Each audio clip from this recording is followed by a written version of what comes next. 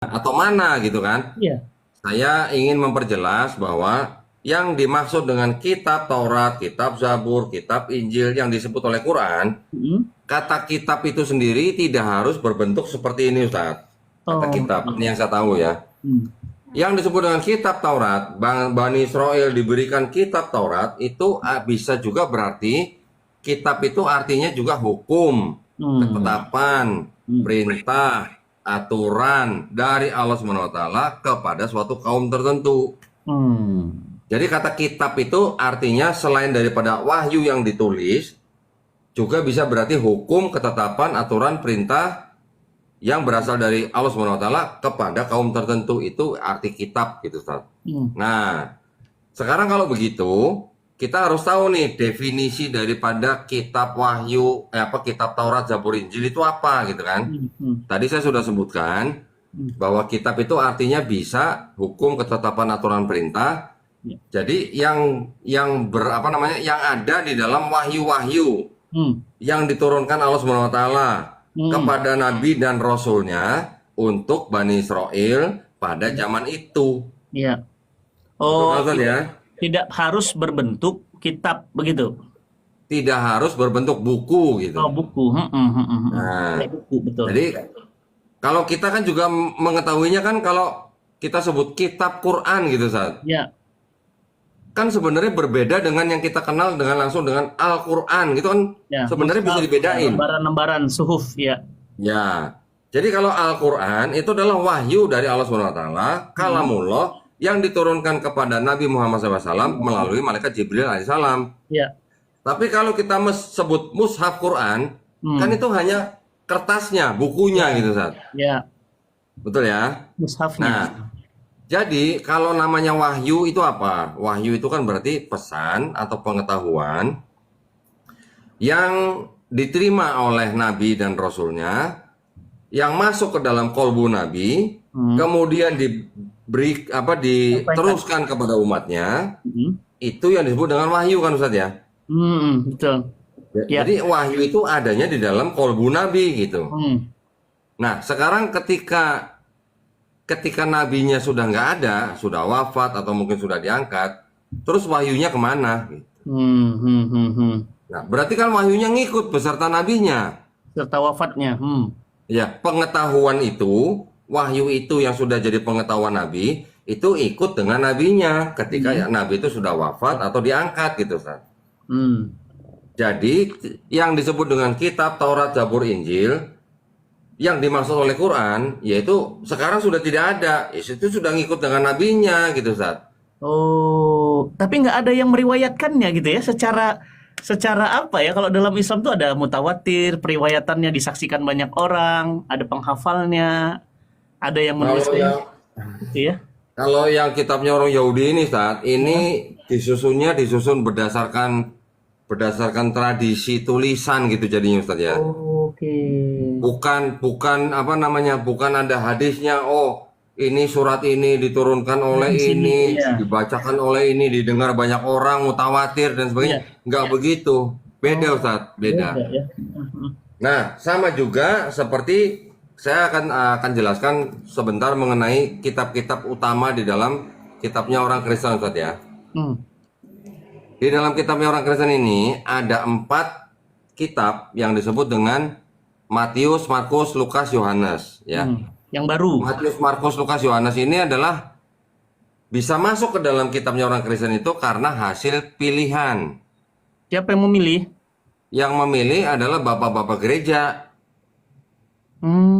Bapak-bapak gereja atau pemimpin-pemimpin gereja awal, Ustaz. Oke. Nah, proses memilih, jadi ini zaman dulu itu yang namanya kitab-kitab itu sudah banyak berserak-serak gitu, puluhan. Hmm. Bapak-bapak gereja itu mempelajari, membaca, kemudian mereka memilih, menentukan mana yang masuk Bible, mana yang tidak masuk Bible gitu. Nah, jadi proses itu namanya adalah proses kanonisasi, Ustaz. Kanonisasi. Nah, ini saya jadi tahu. Kanonisasi, ya. Belajar banget. Kalau nih. Quran dari tradisi lisan dari para penghafal Quran, Ya. akhirnya menjadi mushaf, Ya. ya itu kan dengan cara apa? Mereka setor. Ya. setor ayat yang mungkin ditulis dalam kulit binatang, tulang dan sebagainya, disertai dengan bacaannya. Hmm. Ya, kalau bacaannya betul, yang menerima ayat itu adalah sebuah tim. Hmm. Tim itu kan yang dipimpin oleh sahabat Nabi Said bin Sabit. Sahabat, betul. Ijma. Nah, tim ini kan semuanya penghafal Quran. Ya, dan tidak mungkin berdusta. Ya, ketika ada orang setor Ya. tulisan dan Mereka ingat bacaannya, semua. bacaannya benar, tulisannya benar, ada saksi 2 orang, baru diterima, gitu kan, Sat? Hmm. Nah, proses itu namanya bukan kanonisasi, tapi kodifikasi. Ya. Ya. Itu jadi seperti apa ya, semacam ya, apa namanya, proses verifikasi gitu daripada ayat-ayat itu gitu. Dan Ya. itu juga pakai saksi 2 orang gitu. Nah, ketika dikumpulkan baru menjadi mushaf Quran. Beda dengan ini. Kalau ini kitab-kitab yang ada di Perjanjian Baru ini adalah hasil pilihan gitu. Orang pilihan. Nah, jadi seolah-olah bapak-bapak gereja itu dulu memilih di antara puluhan kitab, mereka memilih, ayo dipilih gitu lah. kayak udah dari Padang gitu saja. Dipilih. Nah, yang dipilih itulah yang masuk sini gitu. Yang tidak terpilih, kemana dia? Yang tidak terpilih itu biasanya kalau itu yang dipakai oleh Kristen yang kelompok lain, itu nanti dibakar, orang-orangnya ditangkap, dipenjara dan sebagainya. Tapi juga masih ada yang selamat gitu, Sat. Ya. Saya kasih lihat contohnya kitab-kitab yang selamat dari pemilihan itu ya, Sat ya. Sampai segitunya ya Allah. Jadi yang terpilih ada, tadi ada berapa teman-teman? 5 ya? Nah, ini yang nggak terpilih. Ini adalah buku yang memuat kitab-kitab yang tidak masuk pilihan bapak-bapak gereja. Nah, Ya, ada 54 kitab yang tidak masuk ke dalam Bible. Ya, ini ada satu lagi nih, Sat, nih, sebentar, Sat. luar biasa ya teman-teman, kita doain yuk hari Jumat ini Kodonditan sehat terus, berkah ilmunya, banyak yang dapat belajar dan makin mantap keimanannya kepada Islam, kepada Quran dengan lisannya Kodonditan ya. Bismillah teman-teman, doain ya beliau sehat terus, berkah umurnya insyaallah. Yang saya pegang ini, Sat, ini adalah kitab-kitab yang tidak masuk ke dalam Bible. Dan ini cerita-ceritanya ini ada yang bertentangan dengan kitab-kitab yang sudah ada jadi dalam Bible Kristen. Yang saya maksud apa?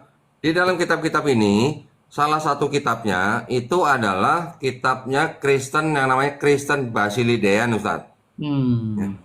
Kristen Basilidean itu yang menganggap bahwa penyalipan Yesus itu hanyalah sebuah ilusi. Yang disalib bukan Yesus, tapi orang namanya Simon dari Kirene. Kirene itu di Afrika Selatan, Tat, bukan Cinere ya, Tat ya. Nah, jadi kitab-kitab yang tidak terpilih ini kan otomatis bertentangan dengan kitab yang sudah jadi kitab orang Kristen. Makanya orang-orangnya dikejar-kejar, dibunuh, dipenjara dan sebagainya. Tapi ada yang selamat nih. Kitab-kitab ini ditemukan di sebuah desa kecil di Mesir, namanya Desa Nag Hammadi. Nah, ini akhirnya selamat, ditemukan ke tahun 1945, masuk ke pasar gelap, akhirnya baru masuk ke dalam universitas. Baru diterjemahkan. Setelah diterjemahkan, baru ketahuan, ini Kristen yang tidak percaya Yesus disalib. Konspirasi banget ya. Nah, ya. Nanti ada lagi kitab-kitab yang juga tidak masuk. Contohnya seperti ini, Ustaz. Ini keren banget ilmunya. Ini udah cocok jadi rektor, profesor ini kok, Dondi. Kok cocoknya antum buat kampus aja kok. Nih, Ustaz. Ya. Ingat nggak, Ustaz, di dalam Quran diceritakan Nabi Isa alaihissalam membuat burung dari tanah liat, kemudian menjadi burung hidup, gitu kan, Ustaz ya? Ya. Itu ada di kitab ini. Yang tak terpilih. Yang tidak terpilih, tidak masuk ke dalam Bible. Ini saya sebutnya gospel ya, Ustaz ya, gospel. Gospel The Infancy Gospel of Thomas. Di sini juga diceritakan Yesus ketika kecil membuat burung dari tanah liat, kemudian hidup. Jadi hidup. Nah, Dan itu tidak jadi dipilih. masih ada apa ya namanya ya, kecocokan dengan cerita-cerita di Quran. Iya, iya, iya. Ya walaupun detailnya tidak sama, tapi ceritanya kok bisa mirip gitu ya. Sekarang ada orang yang menuduh, wah kalau begitu Nabi Muhammad SAW nyontek dari sini dong. Nah, gimana tuh kalau begitu? Pertanyaan kita gampang. Kitab apa yang beredar ketika Nabi Muhammad SAW masih hidup? Nah, kitab apa yang beredar di Arab Saudi ketika Nabi masih hidup? Iya. Kan gitu. Iya. Nanti ada lagi gini, saat kita juga baca di Quran, Bunda Maryam, ibunda daripada Nabi Isa alaihissalam, Melahirkan ketika diperintahkan mengarah ke timur, ya, sebelum melahirkan Nabi Isa alaihissalam, diperintahkan menggoyangkan batang pohon korma, kemudian kan kormanya jatuh untuk dimakan, gitu-gitu kan. Di sini juga ada cerita, bukan ini, sebentar, ini ada satu lagi, Ustaz, sebentar. Waduh, luar biasa, hampir 2.000 orang yang nonton ini, pecah rekor nih. Para pembelajar, teman-teman, terima kasih sudah datang dan kita belajar ya. Ingat ya, kita di sini belajar. Saya belajar loh, beneran. Saya belajar di sini. Nanti kalau urusan Quran ada waktunya, tapi saya ingin belajar dari Kodonditan. Beliau sangat-sangat menarik nih untuk dikaji. Belajar ya, sama-sama ya. Luruskan niatnya ya. Benar-benar pingin tahu aja supaya memantapkan iman. Dapat go? Sebentar, Ustaz. Yang ini agak tebal. Tombol share, terus klik tombol share teman-teman, bagikan, terus bagikan, biar banyak yang ikut ya, bukan banyak yang murtad, enggak ya, enggak, biar banyak yang belajar Islam ya, biar banyak yang ya nggak apa-apa juga kalau mau login ya, ya, boleh, silahkan. Sebentar ya, Pak Dondi lagi cari kitab-kitab yang kemudian terasingkan tadi ya, ada yang terpilih, ada yang terasingkan. Klik tombol share-nya teman-teman, baru 305 orang yang share. Share terus. Klik tombol share-nya, bagikan terus. Dibagikan ke grup WhatsApp, grup Telegram, grup Facebook ya, biar banyak yang terus ikut ya, hadir. Bismillah.